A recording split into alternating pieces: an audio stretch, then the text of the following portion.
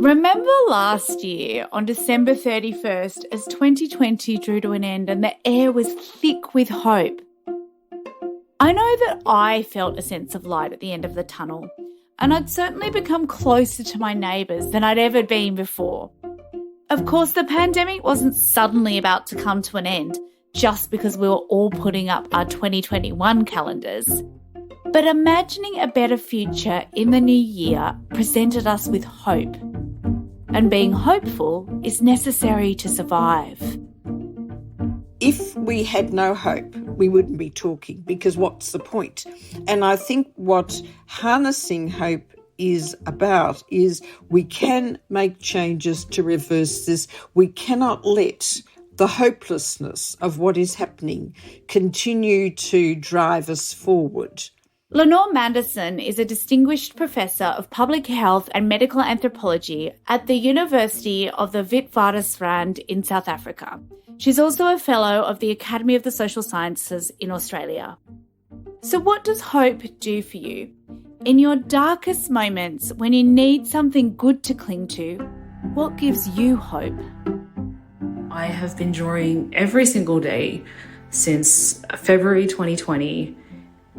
Through my darkest days, the pandemic, a death in the family, illness, crying at my drawing board, I have drawn every single day.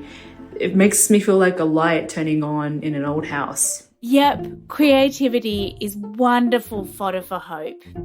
I know myself in my darkest moments, the first thing I want to do is go and plant seedlings in my garden, for example.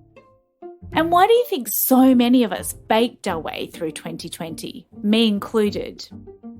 Love, of course, is another great source of hope.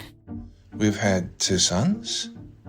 We've had friends and relatives who have died, who have committed suicide, who've, leukemia and all of those sorts of things. And these are the moments when you know that you can fall into the arms of another one and they'll hold you up. And of course, hope can come to us in times when we expect to have none, despite needing it more than ever. Having a rare cancer means that every day I'm reminded of my own mortality. Despite the bad news of receiving an advanced cancer diagnosis, I've had an amazing cardiothoracic surgeon who's operated on me twice, and in those 2 occasions has saved my life. Their treatment and encouragement provides me with hope that I'll be with my family for much longer.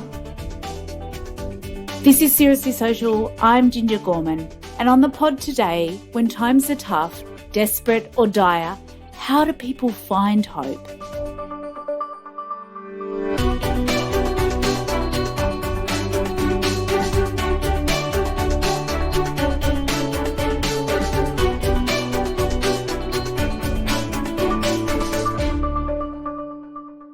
So what is hope? Hope is an emotion, but it's an aspiration, it's a feeling, and it's a source of inspiration and direction. So I think it's both cognitive and affective. You feel it, but it actually does more than that. It's not just a feeling. It is around how you imagine a future, and it motivates then what you do. Lenore's work has taken her everywhere from South Africa to the Philippines to China. She has seen firsthand the impacts of oppressive, brutal and racist regimes. And seeing all that, it wouldn't be hard to succumb to hopelessness. Many years ago, like at least 30 years ago, I was working in both China and the Philippines. And at that point, China was a particularly hopeful, inspiring place. It was after the Tiananmen Square, people were feeling under threat, but there was still a sense of a future. And I really felt that I was in a country that would have powerful impact on the world in the 21st century. It felt like I was in the 21st century, though I was in the late 20th century. I mean, I would never have anticipated what was going on now, but it was this sense of optimism and excitement. I went from China to the Philippines, and I was doing work in village Philippines, work on respiratory infection and diarrheal disease. And the poverty in rural Philippines then, and I think still now, was really shocking. And there was a government that was strongly supported by the US, that had had all of that investment from the US as a colonial state through much of the 20th century, and had a lot of input from the United Nations instrument, UNDP and Asian Development Bank and World Health Organization, and it was so poor and it was so corrupt, and the gaps between rich and poor were so shocking. And I just had this terrible moment of complete powerlessness and loss of hope. Like, what was the point of me doing anything? Would there ever be a way to have any impact in this society? And I was simply one of thousands of people involved in work around health and development. And I came back really questioning what I was doing at all as an academic. And then it struck me that I personally, of course, couldn't change the Philippines, and I couldn't change a village, and donating my salary to support one village in the Philippines, which was kind of a 2-second idea, was not going to change a whole country. But what I could do, which is what I do, was work with people who were then in the Philippines, from the Philippines, who were able to effect change at all levels, within administration, within healthcare systems, within NGOs and so on. And if that was all I could do to inspire and support and to train people who worked on the ground, that was good enough. I've spent a lot of time in the Philippines, actually, Lenore, and I really relate to what you're saying, seeing such a bright and wonderful people, so many of them in such desperate poverty without the basic needs of life. Do you consider that choice you made in respect to the Philippines and then your future career, choosing hope over perhaps hopelessness? I think that if I took a line of hopelessness, and occasionally anyone feels very hopeless about certain things, and maybe that's the flip side, that if you're for the most part optimistic or simply believe in what you're doing, then there is a flip side to it, and no one has an emotional, intellectual life that is completely smooth and does not have ups and downs. But I think what it did was give me a sense of what I valued and that other people valued in me that kept me going. You've got a really interesting view about clinical depression and where hope fits in there. What can you tell me about that? I think that the hallmark feeling in depression is hopelessness. That characterises everything. It's not the sadness of itself. It's the fact that there is no point. And the sense of there being no point is there is no hope. And that's like a hope for yourself. Like, it doesn't matter if you're alive or dead. It doesn't matter where you are or what you do. And I think in a broader sense now, it also infuses how people are thinking about the world. And I mean, I've just been reading, as in last night, Delia Falconer's book on Signs and Wonder. And the first essay in that on Signs and Wonder is profoundly disturbing and depressing. Like, after you've read enough about bogong moths disappearing and frogs dying and everything else, I mean, you do feel hopeless. And the question is, how do we balance that? And what is it that those of us who are not overwhelmed by the moment can do that continues to invest in a future and takes advantage of our own personal sense of hope that we can make an impact and we can make a change? If you're saying that the counterpoint to depression is a sense of hope, then where does the idea of happiness fit in there for you, if it does at all?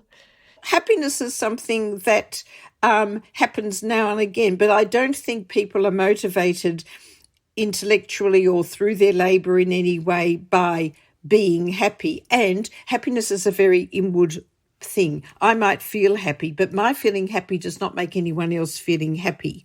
It's not an enduring propeller for how we act and how we see the future, whereas hope is.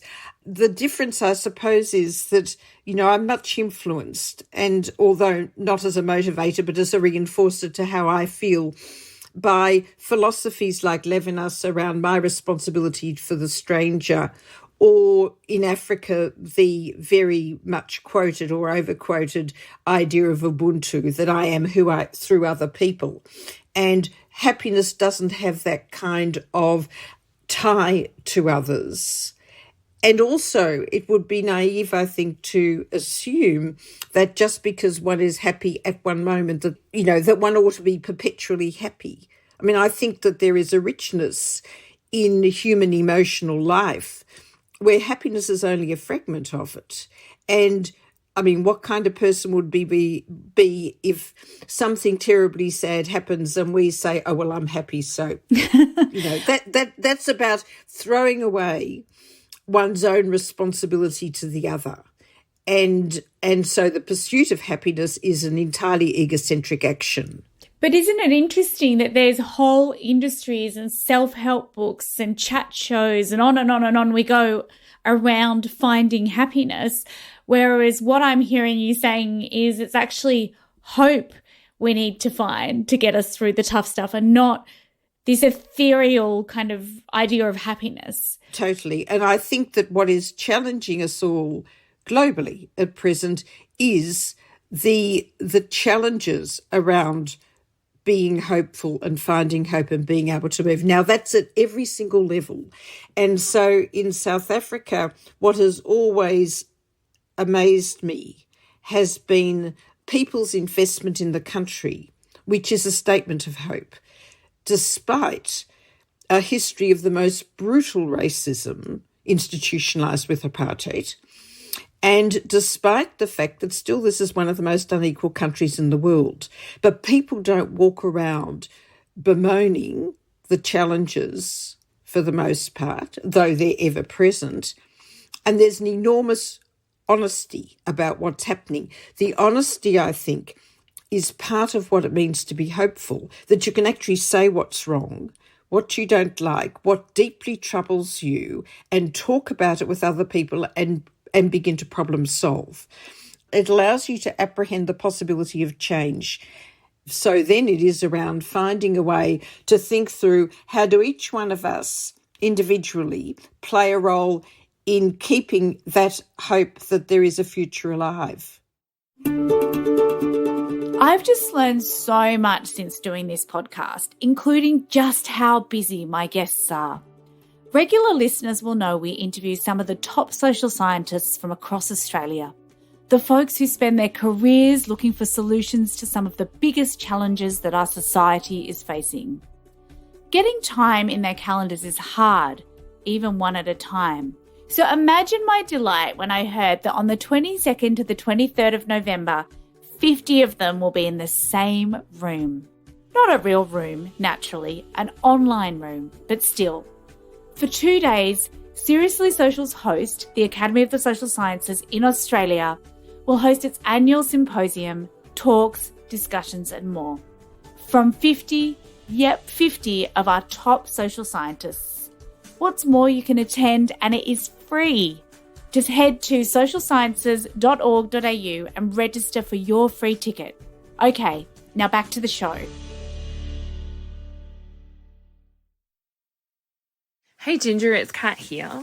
You asked me about what gave me hope. And when I was thinking about it, I was remembering a period of my life in 2013 when I was living on my own in Sydney. I was in an abusive relationship in 2013 and it ended. But when it ended, I had also just lost a baby.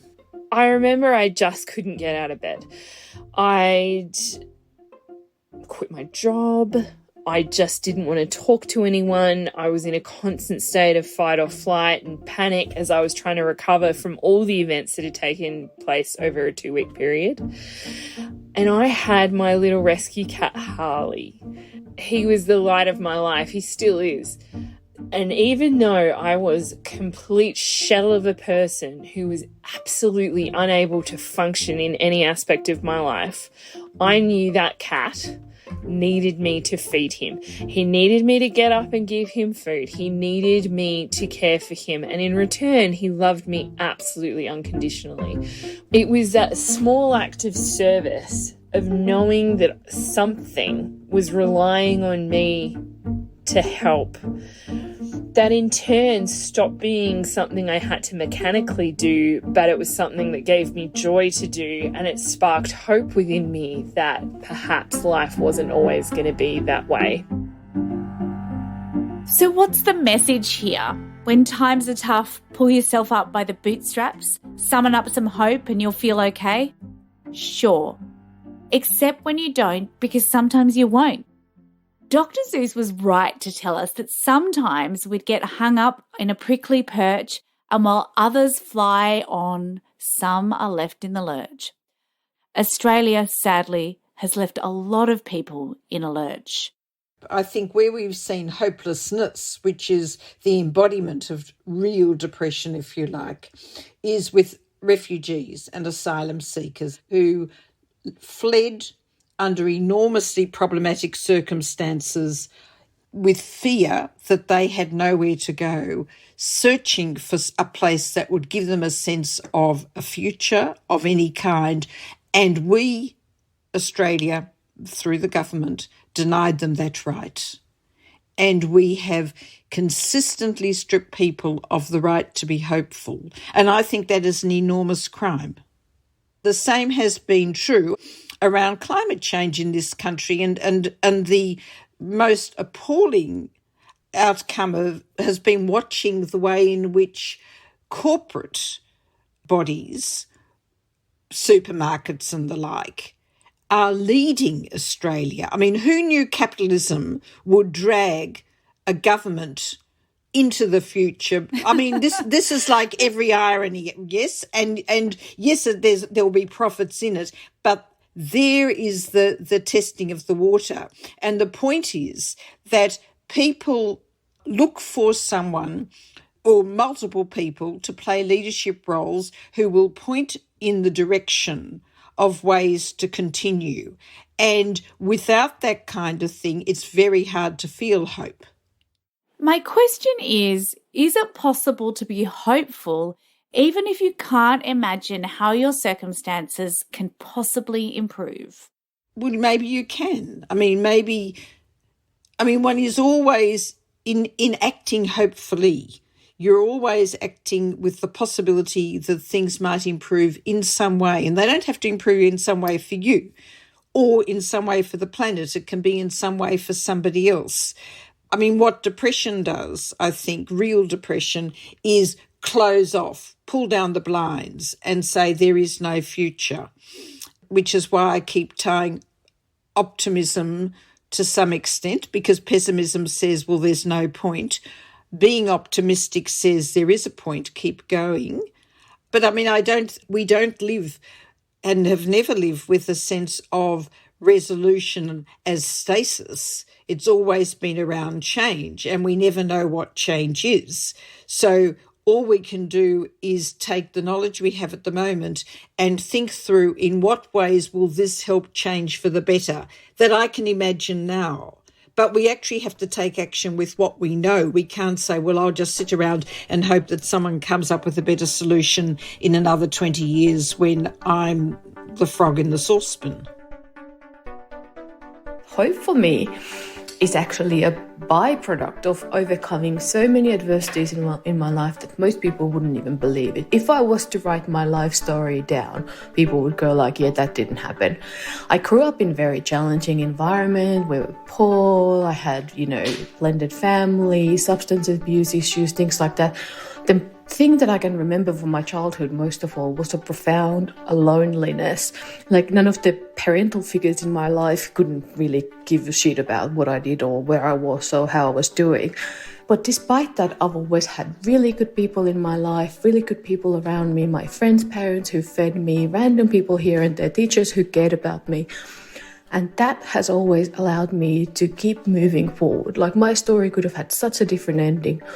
But I think when I reflect back on my life, I realize that there's always been someone to support me. There's always been someone who's been there for me. And, you know, you can't help but be hopeful then. Like, you just, there's this profound understanding that people are actually good. Like, people want to help out others, and they're willing to lend a hand when you need it. And that is what I think what keeps me personally going. Thanks for listening to Seriously Social. I'm Ginger Gorman, and I hope you have a great summer. That's a wrap on another season of Seriously Social, but I will be back next year with more from the world of the social sciences. Remember, we've got a big old back catalogue if you're looking for some summer listening. Seriously Social is produced by Kim Lester and engineered by Mark Gargledonk, aka Baldy, and it is executive produced by Sue White and Bonnie Johnson. It's an initiative of the Academy of the Social Sciences in Australia. Thanks for your support this season. See you next year.